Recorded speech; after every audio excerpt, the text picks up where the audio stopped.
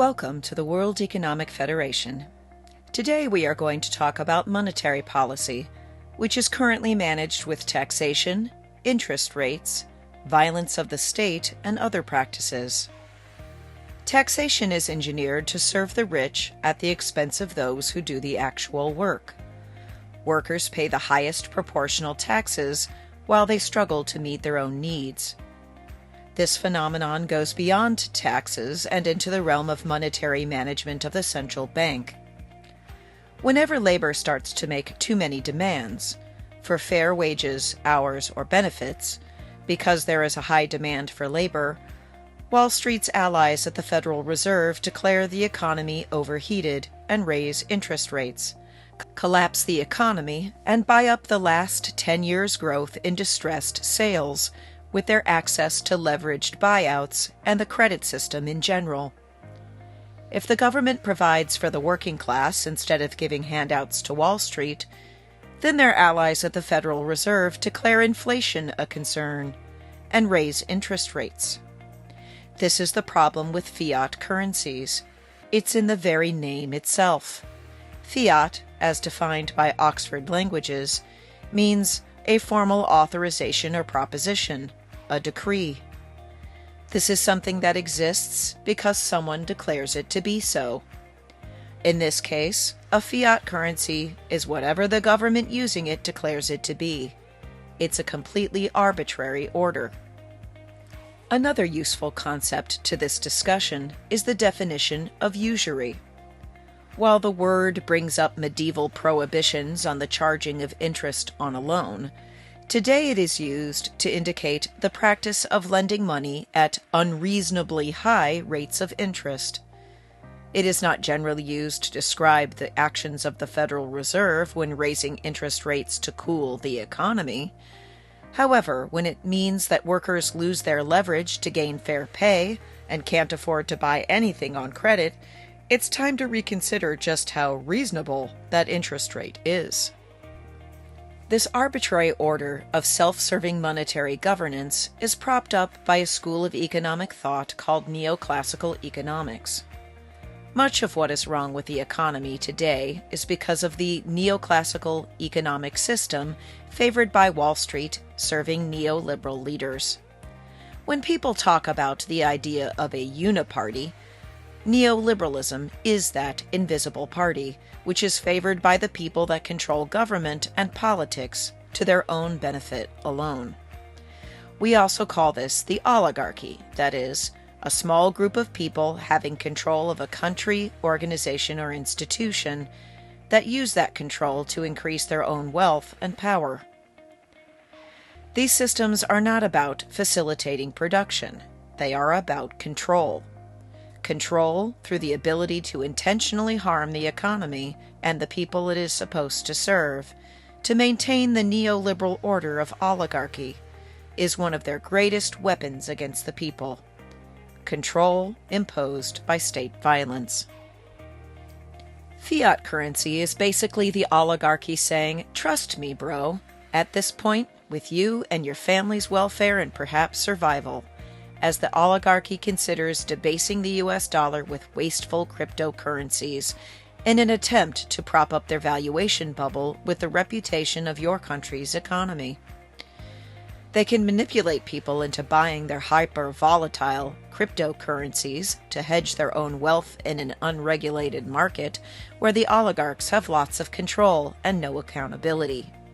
In sum, today's oligarchs have made it clear that they are more interested in wielding both inflation, achieved through monopolies, and usury, to threaten and control the masses, than in actually getting things done. Getting something done would require an equitable economy in which the oligarchy has less control over you and the world. Instead, the oligarchy engages in wars and awards themselves no-bid contracts, and the world and its people suffer more and more. They create money and hand it to themselves, increasing their access to credit, while workers without access and privilege lose credit. And then the oligarchs promise that they are job creators, and that it will all trickle down if you just give them all the power. They get away with this because they create the rules of the economy and monetary policy and weaponize it against you if you ever threaten their interests.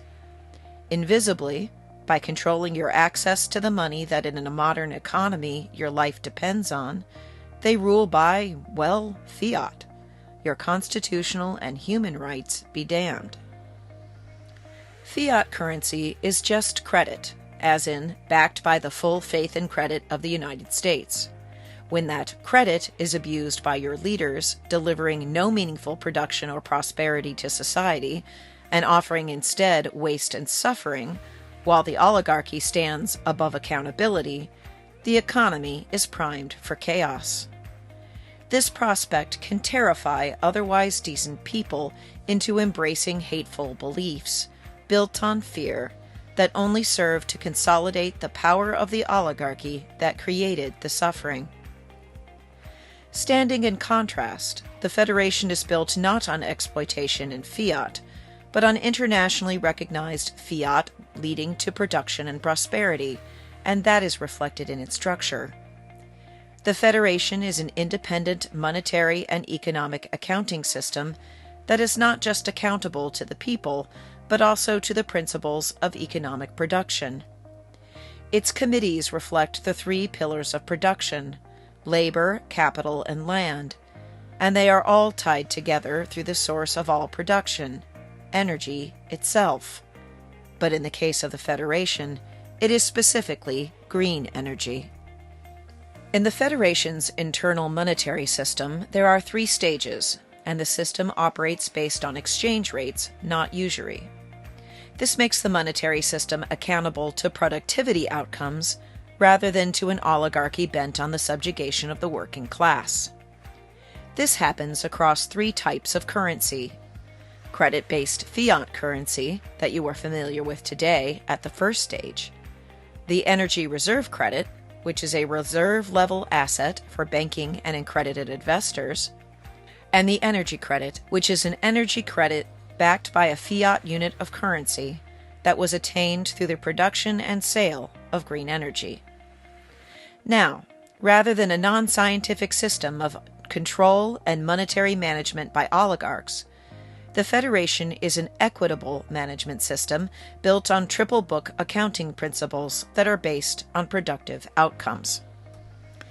In the Federation, fiat credit is taken out through the banking institution and exchanged for energy reserve credits with a lending institution, what we intend to be the Federation Credit Union, which will be managed by and for the people. That exchange rate varies based on the maturation of those issued energy reserve credits into green energy-based, fiat-backed energy credits. The more slowly the reserve credits mature, the less the valuation.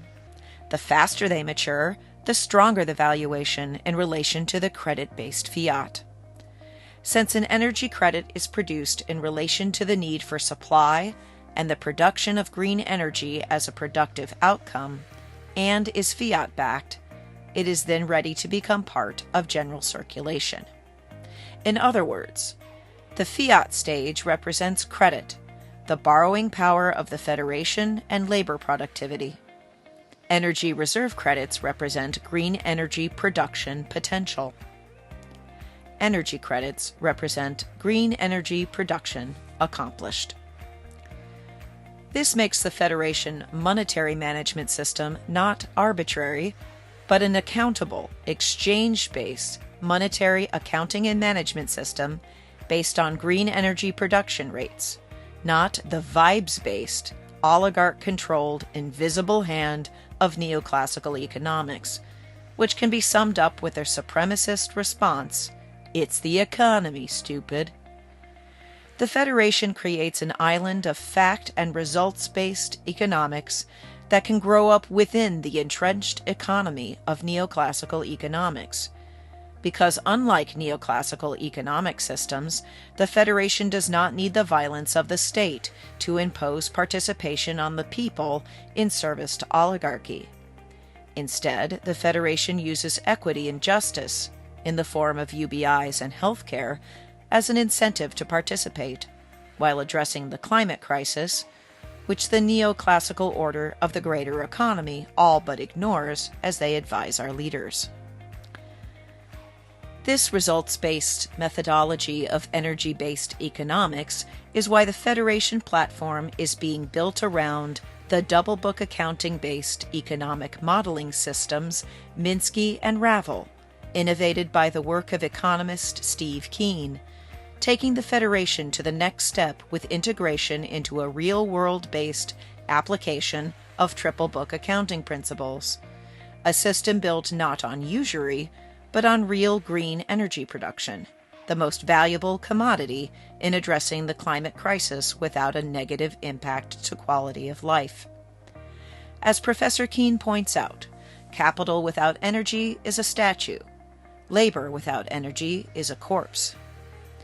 The Federation believes that economics should be built on production and energy with accountability to the people it serves, not the self-serving arbitrary rulers whose idea of economic management is threatening the health and welfare of you, your loved ones, and your community. The Federation monetary approach has close parallels to the Keen philosophy of monetary management and economics in service to the betterment of all mankind. No need to ask permission from the neo-colonial, neoclassical economy and its philosophical defenders to change the world for the better. We're remaking the world's economy in the image of energy and production, not privilege and power. Today's Wall Street-based banking system is built on usury, exploitation, suffering, and unaccountable oligarchs. In contrast, the Federation approach is built on equity, justice, lifting people out of poverty, healing the sick by funding health care, reforming the prison system through investment in a system built for reform, not profit, welcoming the stranger, and building a better future for our children. There are many in government who call themselves good Christians as they condemn calls for mercy, defend exploitation, increase poverty, tell the sick they are on their own, call for the stripping of this Eden of a planet, and seek to subjugate the free will of those whom they claim to represent through a monetary system that depends on usury. It seems fair to point out to them that most of the faiths of the world, and humanists alike, celebrate the principles of mercy, lifting each other out of poverty and healing the sick. Since the Federation's monetary system is not built on the exploitation of usury, we might suggest that those leaders in government ask themselves the reasonable question, where would Jesus bank? Why do they defend the moneylenders on Wall Street at the expense of their citizens and bear upside-down Bibles for virtue-signaling photo ops? These oligarchs want you scared, divided, and vulnerable so that you are easier to exploit, and they do so by defending usury, speaking out against mercy, and putting themselves forward as idols for increasingly scared masses. When these pro-suffering, anti-mercy people tell you who they are, believe them. If you support these people, ask yourself, what are you telling the people in your life about your values and priorities? You have a choice between a society that looks out for you and your children as well as your neighbor, and lifts people out of poverty and suffering through cooperation and accountability, or a society built on throwing everybody under the bus in service to an idol. As we are all learning, choices have consequences, and in a time of historical transition, your choices and actions will greatly impact the future world the people you love will live in. This is your opportunity to remake economics to serve you and future generations rather than the avarice of the powerful.